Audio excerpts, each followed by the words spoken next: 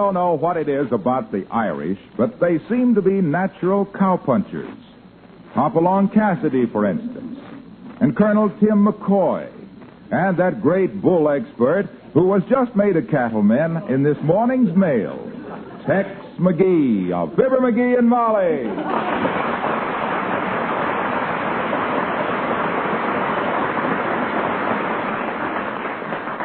But I don't understand, dearie. Why does Uncle Sycamore want you to manage his ranch this summer when you don't know a hackamore from a lawnmower? Oh, yes, I do, kiddo. I got the Old West in my blood. Well, yes, I guess you have at that. You betcha. When you cut yourself, you moo like a Hereford. What I mean is, Tootsie, my Uncle Sycamore's lived out west for 40 years. And my father was a buffalo hunter, you know. So was mine. Yeah? Yeah. He hunted the ones on the backs of nickels. But read Uncle Sycamore's letter again, dearie. Okay. And if you can spare the time... You can. I want you to take charge of my ranch near Kilgore, Texas for the summer. I'm just running a small herd this year, only 2,500 head. And I'm sure you can boss the spread okay. I only hope those cattle don't stampede and spread the boss. Anybody can handle cattle. All you have to do is see they get fed, watered, and kept healthy. That's exactly what I do for you. Say, I've been a cowgirl for years and didn't know it. Ah, you'll love it out there, Molly. We'll have a big siesta every Saturday night and invite everybody. When roundup time comes, you can run the chuck wagon. Let Chuck run his own wagon. I'll do the cooking, though. Well, I reckon we ought to go down to the bonton before sundown and lay us in some duds, Ma. Go get your sunbonnet on while I hitch up the buckboard, and we'll head for the trading post. Hold it, Tex, hold it. Company, come in. Well, if it ain't the old-timer. Howdy, partner. Hunker down by the fire for a spell. If I'd have knowed you was coming, I'd have baked an enchilada. How'd you do? How'd you do? How'd you do?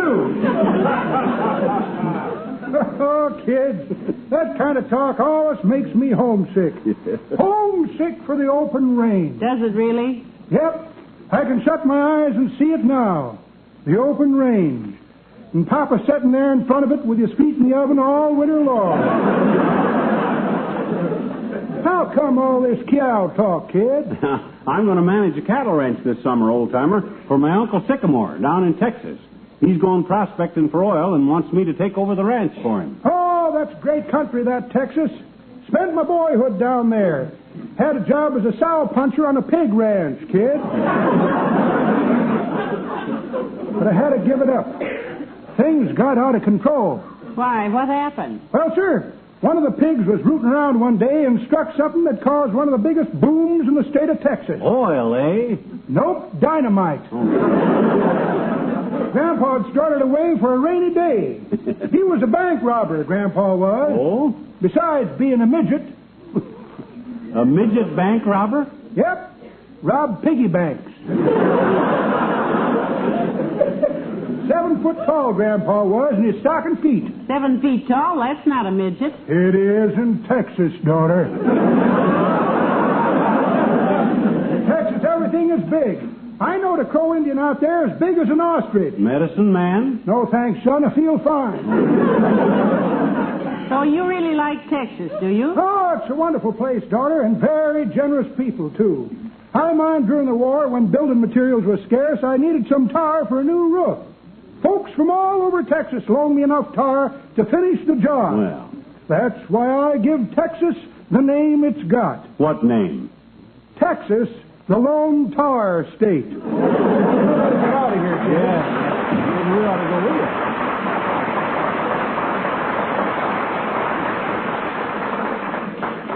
Well, if we're going down to the bonton to get some Western clothes, dearie, we better get started. Okay, I'm going to need some wool shirts, a few spurs, a pair of bow-legged pants, and... Hey, I wonder what I ought to do about chaps. Rub them with cold cream. Huh? You get used to that, you know, after you ride. I don't mean that kind of stuff. I mean them fur pants without any seat in them that cowboys always wear when they're riding. Come in. Oh, hello, Ole. Come in. Well, thanks, Mrs. Hello, McGee. Howdy, stranger. Lie down, set a spell. That's wrong with him, Mrs. He get a new Ye-Not-Three comic book? Or did he used to get sandburrs in his cereal?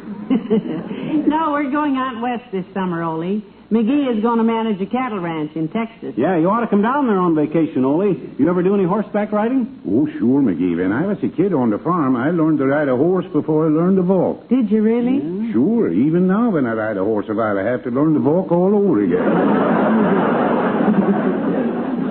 So you were raised on a farm, were you, Ole? I wondered where you got that accent. Yeah, that's where I met my Mrs. McGee. Oh? Her papa owned the dairy farm there where I worked. Oh, I catch on. Romancing the boss's daughter, were you? Yeah. She was sitting up with a sick cow when her papa calls me to give her medicine. Oh? How romantic. Was she pretty, Ole? Oh, very attractive, Mrs. She had a yamper disposition and big brown eyes, and she keeps switching her tail all the time. Oh, You mean my missus? Of course. Well, at the time, McGee, I didn't notice. I look up in my book what to do for the cow, but when I sit down, she gives a big moo and hits me with her horn. The cow? No, my missus. That was New Year's Eve, and she was celebrating with horns. When I finally make the cow well, though, she was so happy she gives me a big kiss. girl kissed you, eh? No, the cow did. Oh. Right in my face. I was over there many times to see sick cows after that because always my missus sits up with them. I'll bet you were. Yeah, I used to get paid overtime doctoring cows, too. That's all. Till one day the boss finds out I'm in love with his daughter. What happened then? After that, when a cow gets sick, I'm just donating my time. Well, happy vacation, both you fellas. So long, folks.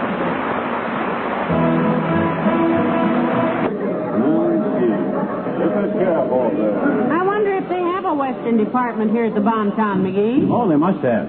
I want to stop at the music counter, too. Get some mandolin picks. You're taking your mandolin? Why, sure, Ma. Might want to serenade the beef critters if they get restless. Oh, leave the mandolin to home, Pa. If them cows want to stampede, don't you help them. Besides, you don't have to corn the beef till it gets to the slaughterhouse.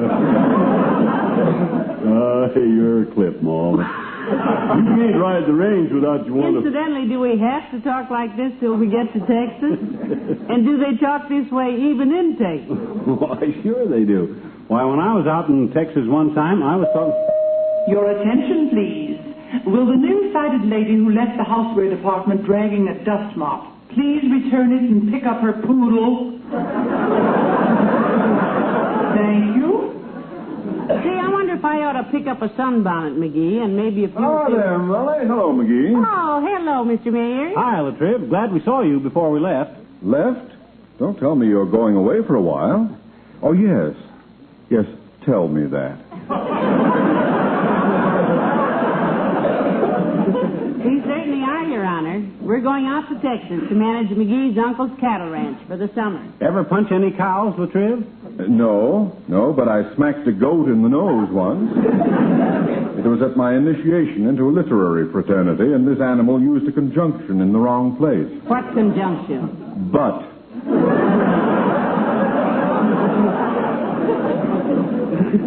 I was referring to cattle ranching, Latriv. Ever live out west where men are men and sleep on the ground because they don't take any bunk from anybody?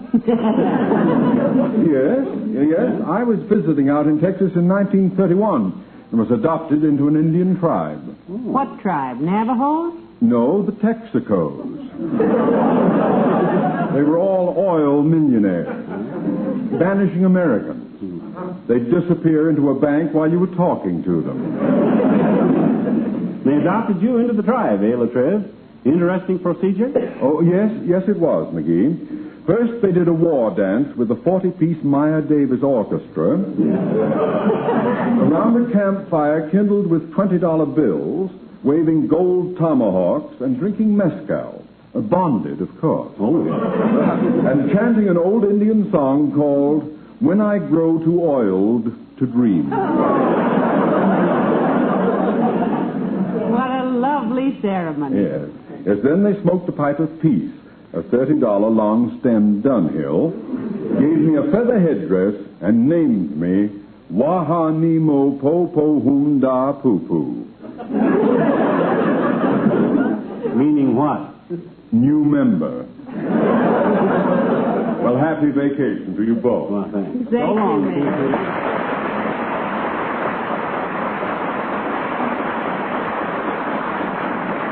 Well, come on, kiddo. We better start stocking up on our Western outfits because... Your attention, please. Will the elderly gentleman who wanted to play with the electric trains in the toy department please come back? The railroad strike has been settled. Thank you. By the way, McGee, where is the Western Department? It's over on the east side of the store, I think. Ain't very logical. Oh, no, here it is, right here. Hey, look at the tweezers. Special today, 35 cents. Tweezers. Are they Western equipment? You'd think so if you ever sat on a cactus. Hey, Bud, are you occupied? No, sir, I'm Doppelgong. Oh. Marvin Doppelgong. Here's my card, sir. Oh, thanks. Well, how do you do, I'm sure. What does the card say, McGee? It says, Dear Marvin, I'll meet you for lunch at 12:30 in gents' underwear. Love. Yeah, oh, pardon me, that's the wrong card. Here's my business card. Oh. I'll be with you in a moment. Okay, Marvin, we'll browse around. This is a browsy-looking department, anyhow. Hey, Molly, I think I'll need a Texas hat. Don't you Hello, think? Molly. Hiya, pal. Well, hello, Mr. Wilcox. Hi, Junior. I was going to call you up later and tell you the news. You ever hear of Kilgore, Texas? No. Did you ever hear of Car Plate? Is that in Texas?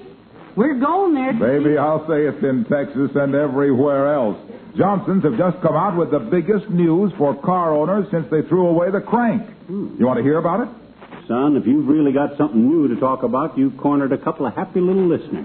Yes, for 15 years. Well, this is new, all right, and terrific. It's the greatest thing. Well, tell us, Junior. Tell us, boy. Pal, it's about Johnson's Car Plate, a basic new chemical discovery from the Johnson Wax Laboratories. Car Plate is a smooth-flowing, wipe-on liquid wax, a completely new type of auto wax. You just spread it on and wipe it off with no more than fingertip pressure. And it's amazing. Car Plate. It leaves your car with an even brighter finish than when it was new. Don't you have to rub it to get that shine, Mr. Wilcox? Nary a rub. You can do the job in 20 minutes, Molly, and believe me, it gives your car the kind of shine it used to take hours of hard rubbing to get.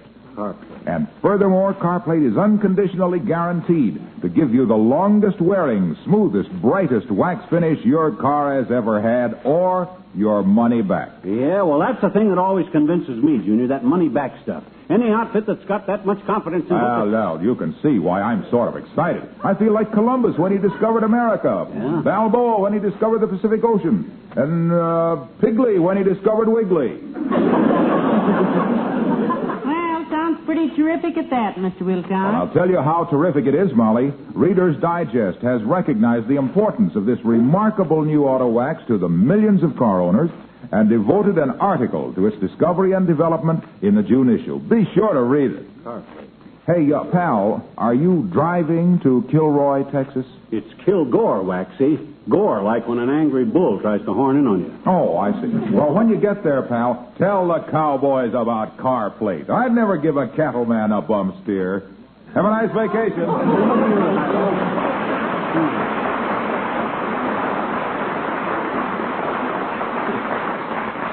Must be a strain of Hereford in that boy. He was really white-faced about that new car plate.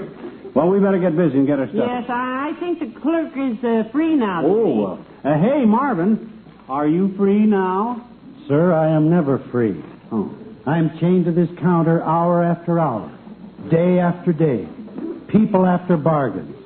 What did you want, sir? We need some Western equipment. Going to run a ranch in Texas this summer, Bud. I'm Forman. Well, how do you do, Mr. Foreman? No. And this, I presume, is Mrs. Foreman? No, I'm Mrs. McGee. Oh. But never mind that. What have you got in Western clothes? A cousin named Alden who fiddles for square dancing. He wears such tight pants that every time he sits down, he has to replace his E string. But as I often say, Alden might say. Now, wait,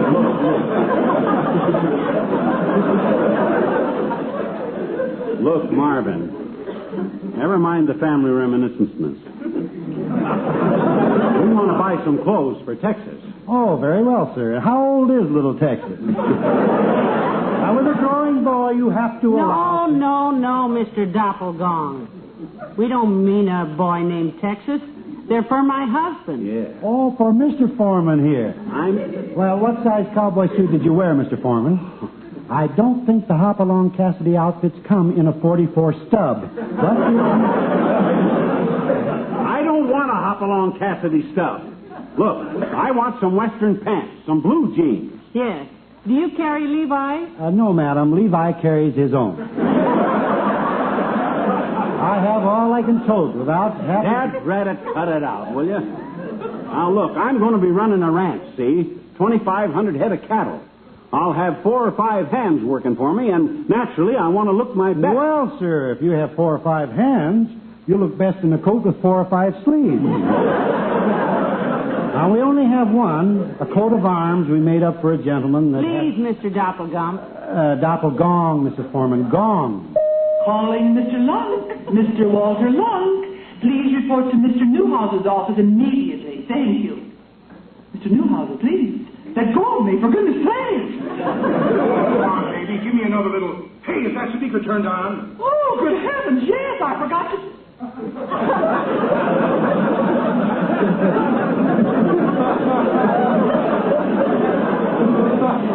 Well, heavenly day. Oh, that Newhouser, always in there pitching. Now then, what can I do for you, Mr. Forman? You can stop calling me Mr. Forman. My name is Mr. McGee, Fibber Mr. McGee. No, you're Forman. I'm confused. No, you're Mrs. McGee. No, I'm... Now, wait a minute. Let's start over here. Now, look, Bud, I want to buy a Stetson. What have you got in a good, comfortable hat? My head, sir. I'm going to lunch. Good day.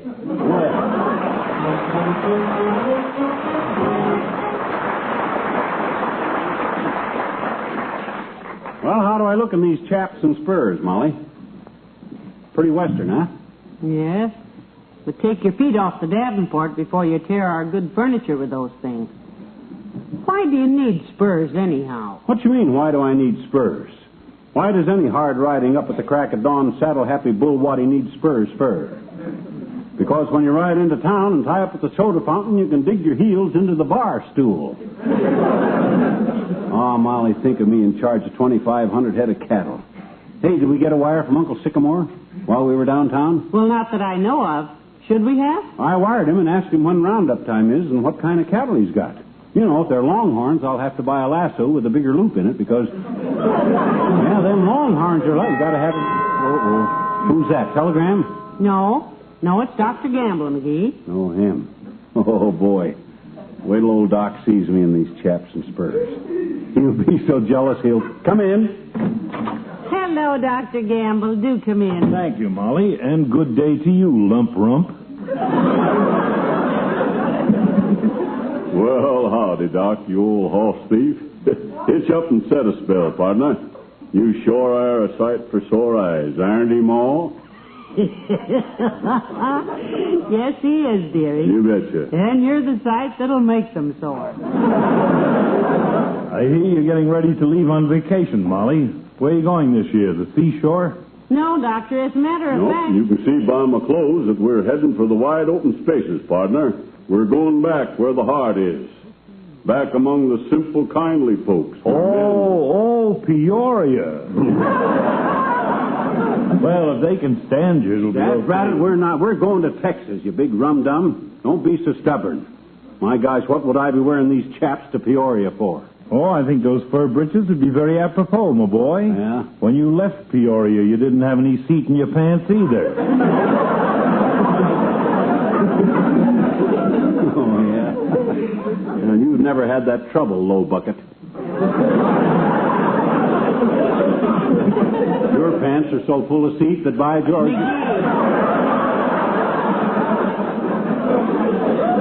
Please now, dearie. You're forgetting the code of the Old West, dearie. Pardon me, Ma. You know, a real Texan never insults a guest under his own roof. Shucks, Ma, you make me downright ashamed. I've been acting like a wind-broke maverick with a burr under his saddle. Oh, Pa, you sure get off some good ones. I'm quite a wag among the waddies. We're peace-loving folks, partner. Oh, cut it out. Cut it out. You're about as Western as a Bronx cab driver. Westerner. You speak English, Molly. What's this all about? Letter from McGee's Uncle Sycamore, Doctor. Wants himself here to manage his ranch in Texas this summer. He's got quite an outfit, Docky. He says... I'll go see who it is, dearie. Gee, I wish you could go out to Texas this summer, Fatso. I'd like to show you the country on horseback. No, thanks. I can take a horse or leave him. In fact, both times I've taken them, I've left them. And as for beef, I'll have mine with parsley, a green salad, and 2 cups of coffee. Yeah, but when you're riding the range with 2,500 head of cattle, riding through miles of sagebrush, keeping an eye peeled for rustlers... Oh, a telegram for you, McGee. Hot dog from Uncle Sycamore. Wait a second, Doc. Okay. I sent for all the details of what kind of cattle and when was the roundup and stuff. The reason I asked was if all our friends want to come out for the roundup, you see, I can get the... Well? What does it say, McGee? Well, it's, not exactly the... Well, what I mean is... Let me see that telegram, Cisco. Dear Fibber, who said anything about cattle? I have a 2-acre ranch with 2,500 head of the finest turkeys in Texas. Roundup time 3 weeks before Thanksgiving. Regards, Uncle Sycamore. Heavenly days, a turkey ranch. Turkeys? Why, of all the fowls... I take it all back, Sonny. Uncle Sycamore is a great judge of man. Huh? Anybody who can toss out the corn like you is a born turkey rancher.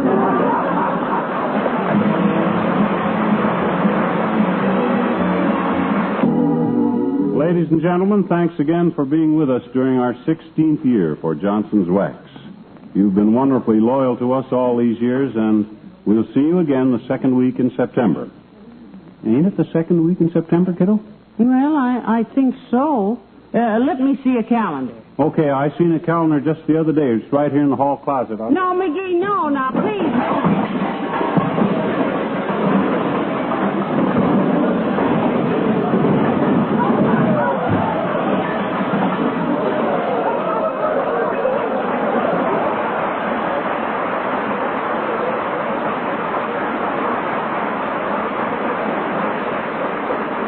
Yeah, there it is. Second week in September.